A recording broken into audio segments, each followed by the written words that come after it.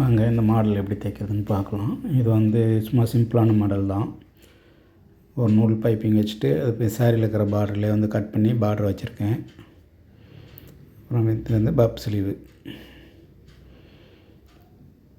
நல்லாயிருக்கும் சிம்பிளாக. இது வந்து பார்ட்ரு ஒன் சைட் பார்ட்ரு எடுத்திருக்கேன். ஒன் சைட் பெரிய பார்ட்ரு, ஒன் சின்ன பார்ட்ரு. இது சின்ன பார்ட்ரு. இந்த ஒரு பார்ட்ரு எடுத்து வந்து நம்ம இடுப்புக்கு பேக் சைடில் இடுப்புக்கு கேட்டிருக்காங்க, அதுக்கு வைக்க போகிறேன். இந்த பார்ட்ரு பார்த்திங்கன்னா நெக்கில் வந்துடும்.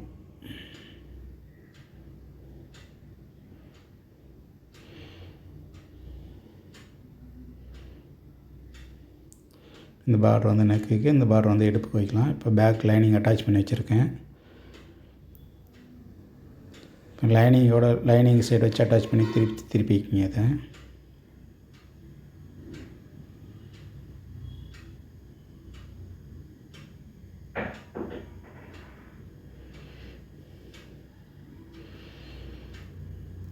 அதை நல்லா கீறிட்டு நல்லா ஓரமாக ஒரு தையல் போட்டுக்கணும். இதில்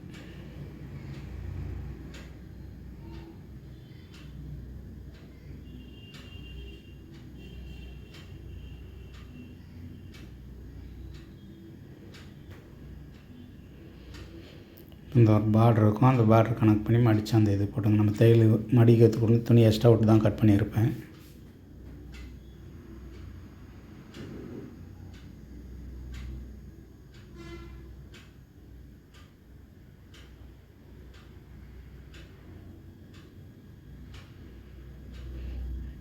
இப்போ வந்து நம்ம பேக் டாட் போட்டுக்கலாம்.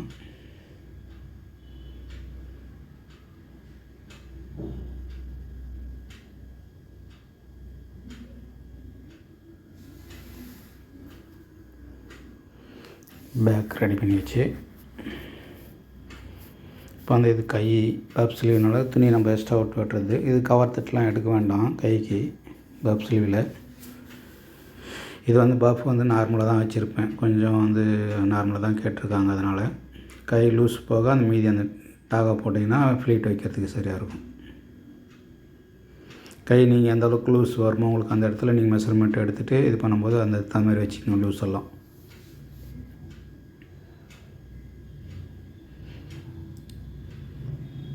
சென்டர் பண்ணிவிட்டு கீறிக்கிங்க. வந்து உள்ளே வந்து அந்த டபுள் ஃபோல்டிங் பண்ணிங்கன்னா 2 ஃப்ளீட் மாரி வரும். அழகாக நல்லா உள்ளது.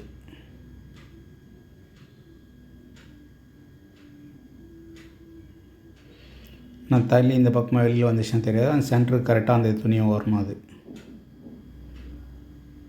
அதேமாதிரி இப்போ இதுலேயே நம்ம அந்த டாக் அடிச்சுக்கலாம்.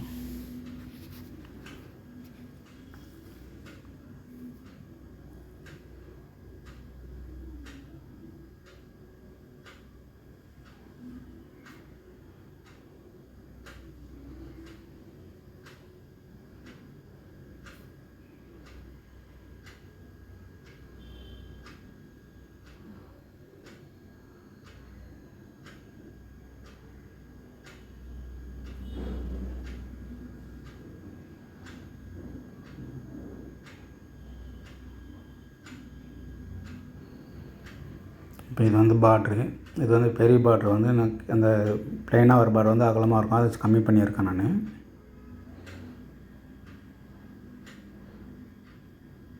அந்த பார்டர் வந்து அது கரெக்டாக தையல் போட்டுங்க, அந்த பார்டர் எஜ்ஜிக்கு வர மாதிரி.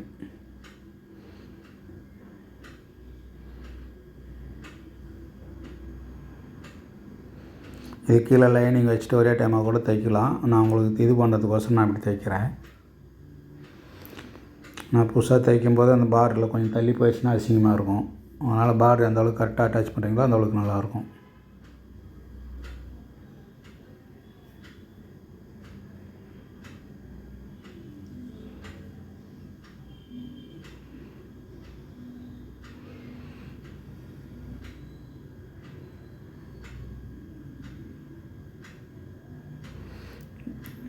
இது வந்து லைனிங்கு.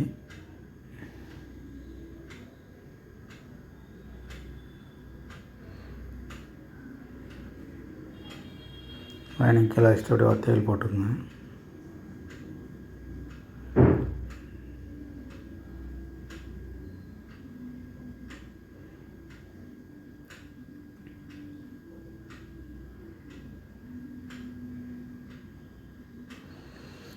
கீழே ஒரு பார்டர் மாரி வரும் இல்லையா, அந்த இதில் தையல் போட்டிருக்கேன். தையல் வந்து தெரியாத அளவுக்கு போடணும்.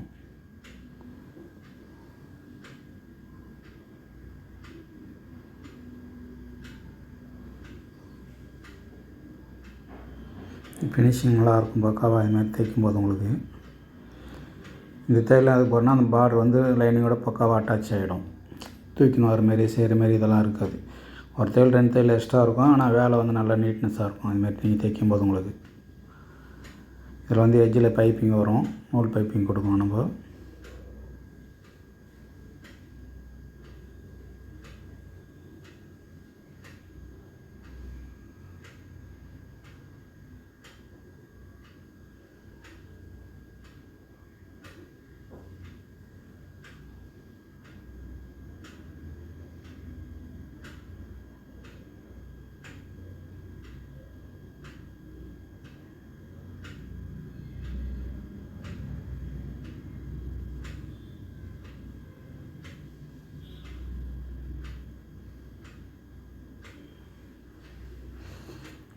அதில் போட்ட மாதிரி பார்டரில் தையல் போட்டுக்குங்க.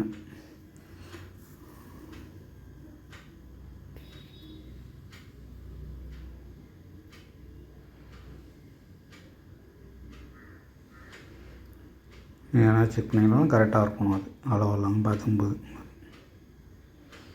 பைப்பிங் இப்போ வந்து நூல் பைப்பிங் வச்சுக்கலாம்.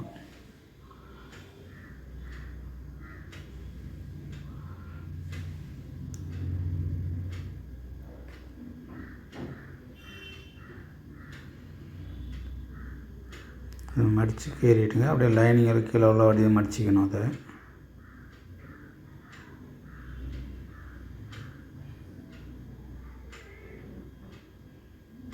நான் வந்து தைக்கும்போது அப்படியே மடிச்சுட்டு வந்துடுவோம். உங்களுக்கு வேணால் நீங்கள் மடிச்சுட்டு கூட ஒரு தையல் போட்டு கூட நீங்கள் அப்புறமா தைச்சிக்கலாம் லைனிங்கில்.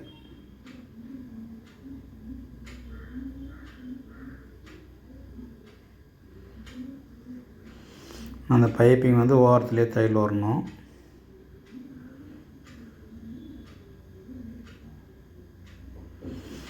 ஒன்றும் இல்லை, நூல் காலி ஆயிடுச்சு, அதனால் இது பண்ணேன். இல்லை இப்போ ரெடி பண்ணியாச்சு. கரெக்டாக லைவனாக வச்சுட்டு செஞ்சுட்டு இந்த எக்ஸ்ட்ரா வர பார்டரை கட் பண்ணிக்கலாம். நம்மளுக்கு எல்லாமே கரெக்டாக வந்துச்சுன்னா பக்காவாக நீட்டாக இருக்கும். இது அப்படியே வச்சு சைடில் வச்சிடலாம். அடுத்து இப்போ வந்து ஃப்ரண்ட்டெல்லாம் அட்டாச் பண்ணிவிட்டேன். பைப்பிங் வச்சுக்கலாம் நெக்கில்.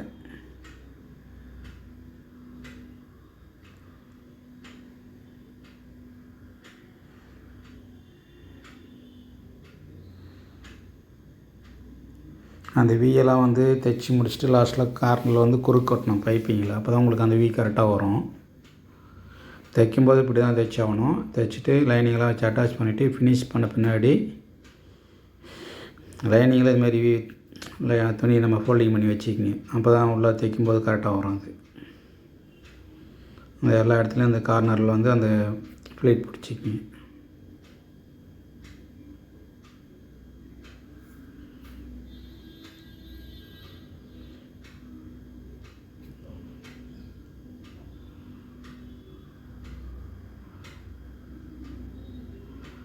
கட் பண்ணி விட்டுருங்க அந்த இது கார்னர் மட்டும்லாம்.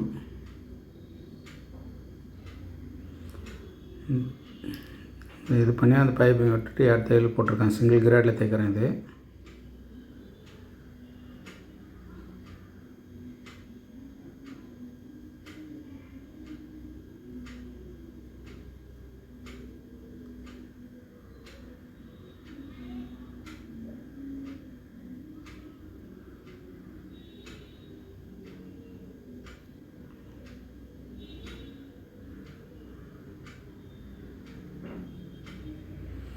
ஓவர் தையல் போட்டுக்குங்க.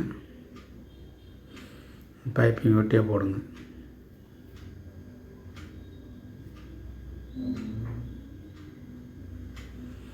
இப்போ வந்து நம்ம ரெடி பண்ணியாச்சு. இந்த பார்டரு ஏற்கனவே நான் கட் பண்ணி வச்சுருந்தேன் இல்லையா, அந்த பார்டர் வந்து அட்டாச் பண்ணிக்கலாம்.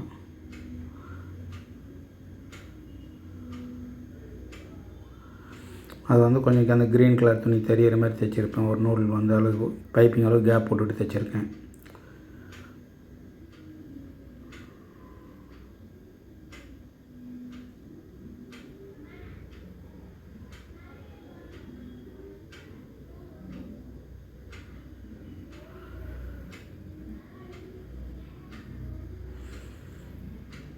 இந்த கார்னர் நீங்கள் அந்த இது பண்ணுறதுலாம் வந்து கொஞ்சம் கரெக்டாக கட்டணும்.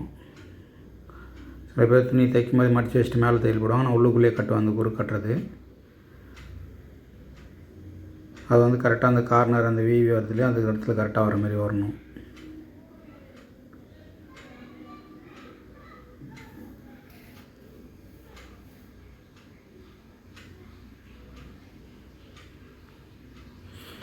சிம்பிளாக இருக்கும், நல்லாயிருக்கும் பார்க்கும்போது.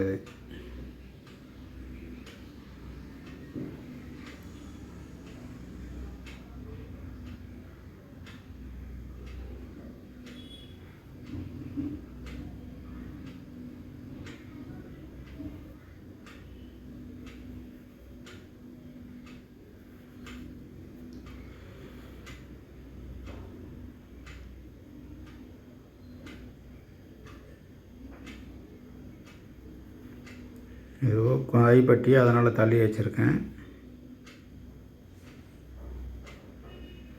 இந்த ஓரமாக நல்லா கரெக்டாக தையல் போட்டுக்குங்க.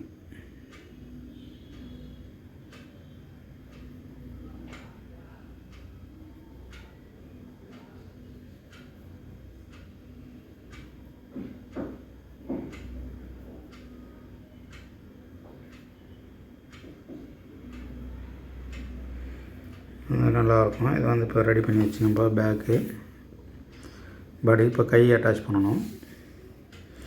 கை வந்து நம்ம பஃப் வைக்கணும். அதில் மேலே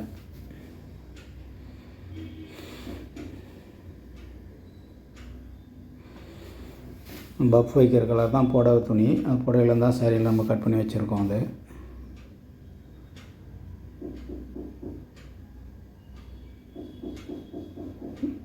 பஃப் ஃப்ளீட் வந்து நீங்கள் எந்த அளவுக்கு அந்த இது வருமோ அதுக்கு தகுந்த மாதிரி வச்சுங்க. ஃப்ளீட்லாம் நான் ரொம்ப கொஞ்சம் சின்னதாக வைப்பேன், கேதரிங் மாரி. அந்த மாதிரி பட்டையாக வைக்க மாட்டேன். உங்களுக்கு எப்படி கேட்குறாங்களோ அதுக்கு தகுந்த மாதிரி நீங்கள் ஃப்ளீட் வச்சுக்கலாம்.